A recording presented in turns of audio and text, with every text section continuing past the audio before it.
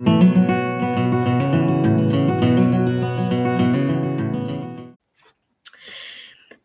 thinking about kind of making sure that you are supporting your baby's sleep as much as possible is really kind of thinking about what suits your baby most.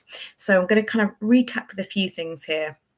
The first one is thinking about your baby's particular sleepy signals. So, what do they show you? Once you see them, supporting them to fall asleep. And once you've seen that and they're fast asleep, it may well be they carry on with their nap right here, or it is going to be you placing them down somewhere. But up until 6 months, you want to keep a close eye on them. You may well use things like awake windows just to keep a rough idea on how long they kind of like to be or can cope with being awake for. And then just thinking about setting up a bedtime routine, setting up an environment that's really conducive to sleep. And may well be as they get older, you start to have things like a nap routine. So maybe during the daytime, you get them into their kind of sleeping bag. If you're using one, you sing them a lullaby, feeding them to sleep. And if they are 6 months or younger and you want to put them in a cot, it's just making sure that you're in the same room with them. Own sleep. So it's just thinking about what you can do to kind of maximize your sleep and kind of maximize as safe as possible sleeping. So in terms of how you can support your baby's sleep, how you can get the most amount of sleep kind of for everybody, which is also realistic in terms of ages. So right from the outset, the best thing that you can do is just really lean in and get to know your baby. As much as possible, kind of drown out the noise and focus on what's your baby like? How often do they get tired? What type of sleepy signals do they show you? Most babies will start to kind of zone out, look a bit bored, be a little bit still. Newborns tend to have hiccups before they really need a nap or to go to bed. They may say rubbing here, and so you'll see a pigment colour change here. Lots of the kind of yawning, crying, wanting to be held a lot, fed a lot. So once you see those signals, just thinking about kind of supporting to sleep. Now, this is one that I noticed with a lot of my clients in terms of preparation for sleep, is that many parents aren't really told the fact that babies need help to fall asleep. And whilst they've been in the room, that's happened automatically. As you've been walking around, they've been rocked to sleep, fed to sleep automatically. They haven't had to have that feeling of being really tired.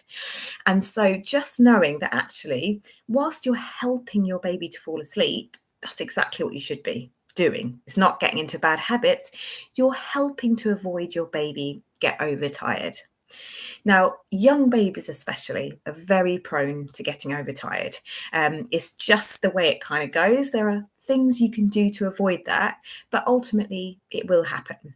And so once you get to that point where they are really overtired, it's knowing that you are going to find it much harder to get them to sleep. So maybe they usually fall asleep relatively easily when you're feeding them. Once they're overtired, it may be a case of having a bit of a feed, then walking up and down, a bit of a kind of pacing, shushing, all of those tools really. They will eventually fall asleep. And again, once you've had that period, then you can be very much like, okay, so they got overtired. This is going to happen, but maybe I'm going to concentrate a little bit more on their sleepy signals.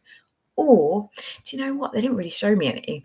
And so maybe I will use these kind of wake windows or awake windows, which is basically when a baby wakes up, how long can they roughly stay awake for? Now, I'm not a huge fan of these because they're not based on a huge amount of research, but they can be handier, particularly for young babies. So newborns, that they may only be able to be awake for kind of 20 minutes, 40 minutes.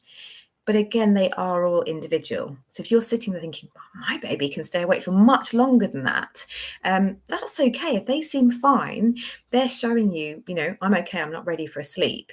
And so as much as possible, try to focus and use those signals to help you. As much as possible, and we all do this, I never really advise people not to compare because it's a natural instinct and sometimes it can be useful. But when you compare your baby's sleep with other parents' babies, so maybe naps or bedtime, even if they're very, very similar in age, you could see a huge difference in terms of kind of routine. And so when we think about newborns, there are some newborns who only need 9 hours of sleep in a 24-hour period. And some need as much as 19 hours in a 24-hour period. And so you can see how someone with a baby who's got quite low sleep needs is not really going to have that many naps. They may be very short, and nighttime sleep isn't going to be particularly long. Whereas someone who's got a baby who needs, a lot of sleep, they're going to have a very different kind of routine to those who need less. And so just keeping that in mind with your baby seems happy and they're taking naps when they're tired, and those naps are however long, they wake up and they seem perfectly happy. They've had enough sleep. And so I never advise kind of following kind of strict schedules or generic schedules, because any kind of routine or schedule, if you like, should be for a particular baby. And really, it's very unlikely, not until your baby gets much older, they're going to be like, right, it's 9 o'clock, I'm going to have a nap now, and that's going to be for 45 minutes, and then I'm going to have my 2-hour lunchtime nap. Okay, that's unrealistic, and it's not something you need to work towards. What will help your baby sleep is actually following their cues, supporting them to fall asleep, and creating loose routines around those things. But most of all, I want you to know that in kind of offering ways to help your baby fall asleep, that is really what they need. And that does help independent sleep. Your baby, no matter what age, does not need to know how to fall asleep by themselves in order to sleep through the night. So that's a myth that's been doing the rounds for a long, long time. It's an easy one to believe, but I have worked with hundreds of parents who help their babies fall asleep in all sorts of different ways, and they sleep right the way through the night. And it's exactly the same with children, with toddlers. Just because you help your baby fall asleep does not mean that they will then not be able to sleep through the night. And actually, those who fall asleep feeling really safe and secure are much more likely to get to that kind of point where they fall asleep really happily and easily, and they continue that journey. So if you're ever kind of having that doubt, just to remind yourself, it's possible to be supported to sleep and sleep through. But it's not all about sleeping through the night, because sleep does go like this. And so it's about going, I know sleep is moving forward, but I'm also going to know that things will go a bit like this, just like we do with our own sleep. And so kind of being prepared for that as much as possible.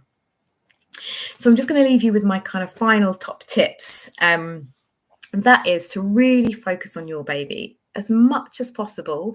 When you are comparing, just remember, if you can remember that fact, the kind of statistics between the amount of sleep that some babies need, 9 hours, as little as 9 hours, and some as much as 19 hours. So I've got a daughter who has incredibly high sleep needs and a son who has very low sleep needs.